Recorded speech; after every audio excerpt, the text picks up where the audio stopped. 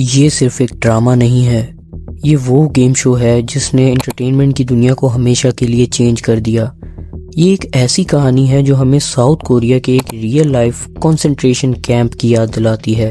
एक ऐसा कैंप जहां रियल लाइफ ऑर्फेन्स को ज़बरदस्ती लाया जाता था, उनसे काम करवाया जाता था और कुछ रिपोर्ट्स के मुताबिक उन्हें अमीर लोगों के सिस्टम का हिस्सा बना दिया गया था, बिल्कुल स्क्विड गेम की तरह। और अगर काम में छोटी सी भी गलती हो जाए तो सज़ा सख्त होती थी, बहुत सख्त।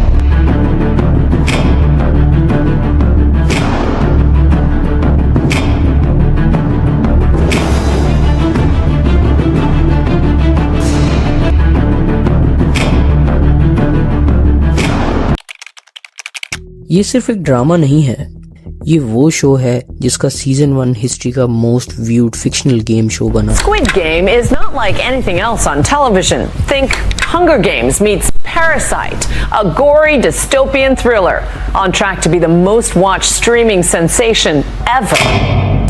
लोग इसे डिस्टोपियन थ्रिलर कहते हैं, कुछ लोग इसे हंगर गेम से भी कंपेयर करते हैं, लेकिन असल में स्क्विड गेम कुछ और ही था।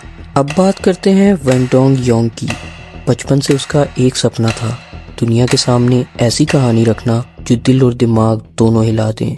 वो अपनी सिंगल मदर के साथ छोटे से अपार्टमेंट में रहा करता था। सुबह छोटी मोटी स्क्रीन प्ले लिखता था, रात को बड़े बड़े सपने देखता था। उसने अपनी शुरुआती ज़िंदगी में गरीबी देखी, यूनिवर्सिटी फीस देने के लिए छोटी मोटी जॉब्स की, लेकिन सपना नहीं छोड़ा।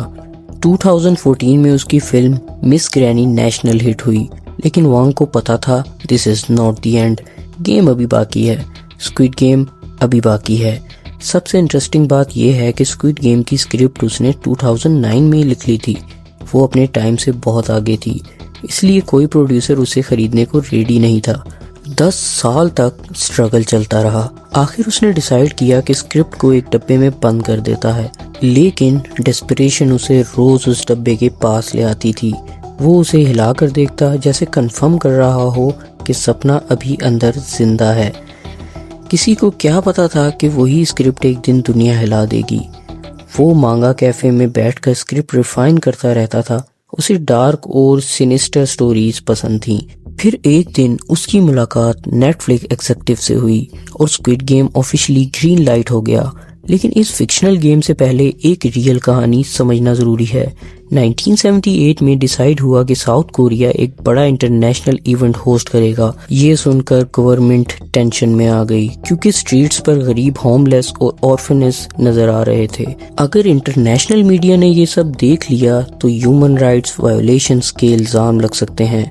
इसका सोल्यूशन निकाला गया ब्रदर्स होम।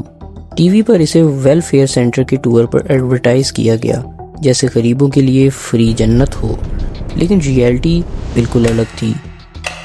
साल 2018 में Netflix decide to go international with its first non American show Stranger Things, और इसकी वर्ल्ड वाइड मकबूलियत ने नेटफ्लिक्स को एक्सपेंड करने का मौका दिया। पुलिस एलिजिडली वाइट वैन्स में लोगों को उठा कर ले जाती थी, और फैंस, बैगर्स, हत्ता के रैंडम लोगों को भी। उन्हें एक कैंप में रखा जाता था जहां छोटे बच्चों तक से चाइल्ड लेबर करवाई जाती थी। ये सब गवर्नमेंट के अंडर हो रहा था। मैनेजर था मिस्टर पार्क। इस सिस्टम में 2 फायदे हो रहे थे, स्ट्रीट्स क्लीन हो रही थी और उन लोगों की लेबर का पैसा पार्क खुद रख रहा था। विक्टिम्स के सर मुंडवाए जाते थे, हर इंसान को एक नंबर दिया जाता था, बिल्कुल स्क्विड गेम की तरह। अगर कोई काम ठीक से ना करे तो ब्रूटल पनिशमेंट मिलती थी। सर्वाइवर्स ने सर्व अब्यूज की रिपोर्ट्स दी, बाद में केसेस फाइल हुए, कैंप बंद हुआ, लेकिन मिस्टर पार्क अपनी मौत से पहले अरेस्ट नहीं हुआ। इनमें से कई विक्टिम्स को कभी प्रॉपर जस्टिस नहीं मिला। इसी वजह से जब स्क्विड गेम रिलीज हुआ, कई साउथ कोरियंस को ये स्टोरी बहुत क्लोज लगी। 17 सितंबर 2021, वो दिन जब एंटरटेनमेंट इंडस्ट्री में धमाका हुआ। सिर्फ 28 दिन में स्क्विड गेम नेटफ्लिक्स का मोस्ट वॉच शो बन गया। 190 कंट्रीज में ट्रेंड किया, 111 मिलियन लोगों ने देखा और लगभग $900 मिलियन का रेवेन्यू जनरेट किया। लेकिन इसके साथ साथ कंट्रोवर्सीज भी आई। कुछ लोगों ने ये कहा कि ये Japanese film as the God will जैसा है। हुआंग ने डिनाई किया, कहा कॉन्सेप्ट 2009 में लिखा था। फिर फ़ोन नंबर कंट्रोवर्सीज हुई। शो में दिखाया गया नंबर असल में एक रियल इंसान का था। उसे हज़ारों कॉल्स आईं। नेटफ्लिक्स को कंपनसेशन देना पड़ा। फिर एक और अफवाह फैली कि शूटिंग के दौरान एक कास्ट नंबर हैवी वर्कलोड की वजह से मर गया। आर्टिकल्स आए, फिर मिस्टीरियसली रिमूव हो गए। ना प्रॉपर एक्सप्लेनेशन मिला, ना क्लियर कंफर्मेशन। हो सकता है ये सिर्फ रूमर्स हों, हो सकता है सच हो, लेकिन एक बात क्लियर है, स्क्विड गेम सिर्फ एक शो नहीं था, ये एक कल्चरल फिनोमिना था। इसने कैपिटलिज्म, इनइक्वालिटी और एक्सप्लॉयटेशन पर ग्लोबल डिबेट शुरू कर दी। फिर नेटफ्लिक्स ने सीज़न 2 लॉन्च किया, लेकिन उस वक्त real life inspired survival content भी मार्केट में आ रहा था।